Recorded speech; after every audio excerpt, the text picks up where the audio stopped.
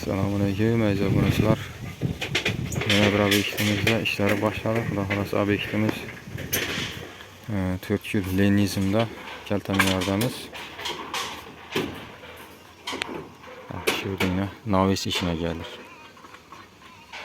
Şöyle 2,5 metre bana koşup arasında 6 metrelik 6 metreden hem ziyad rakat navis çıkaramız. Daha keyin bir yaxımızın polu var. Birəlimizine kuyduk. Paragonu strapiladan başları. Birəlimiz turbadan. 100'lük turba. Metre 65 min sonra.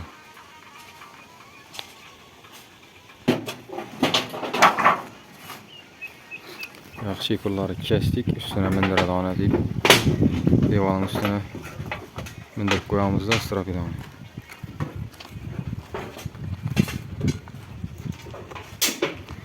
Şeyden 6 metrelik taşaklarında bir anda 50 santimetre çıktı. Yine bir 30 santimetre yamımızda mı? 5'e 15'lik. Lakin 4 yarım çıkadı da 6 metrelik. 150 min sonra. 150 mi? 160 mı? Göre aldık. Steşkanı koyduk da mı? Ceyne.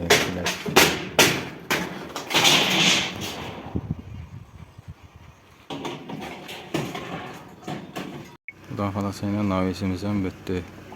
Patologuna işledik. Patologuna bulut renkli. Ürədəmiz turbadan. Navis soraxan obunaçılar var idi. Navis, ayvan çəkə yine. Bol patolog. Demaxotundan koyup verdik yine böyle. Haran çetine bir sonuna birisini koyduk. Asman renkli patolog yine.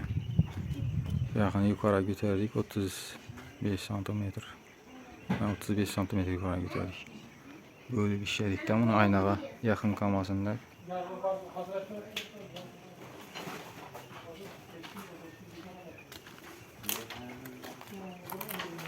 Kolumuz yine bir yakın 3 takta, bir yana 2 takta yönetikti.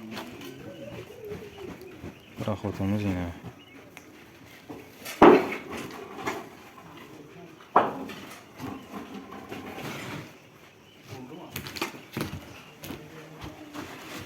Üç tane padval şerik taşadık. Yahtadır, sonundadır.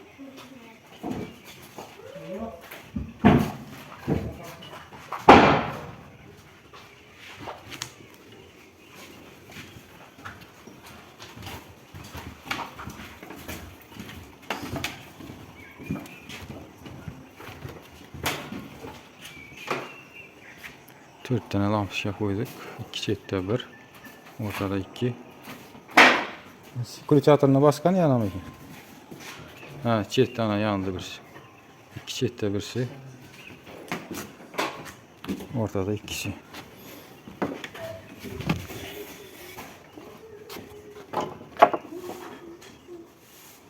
Yerine betonlu özemiz koyduk yani. Şuradan şöyle şey. Navis bir tarafımız yine 6.60'a çıkardık. Bir strapila koyup yine 60 santim yamadık. Yakın uzun bir navis, ayakına kelta navis.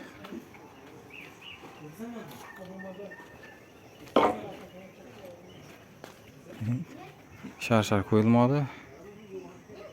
Keyin 15 santimetre çıkardık bunu. Yaka taşı vereceğiz.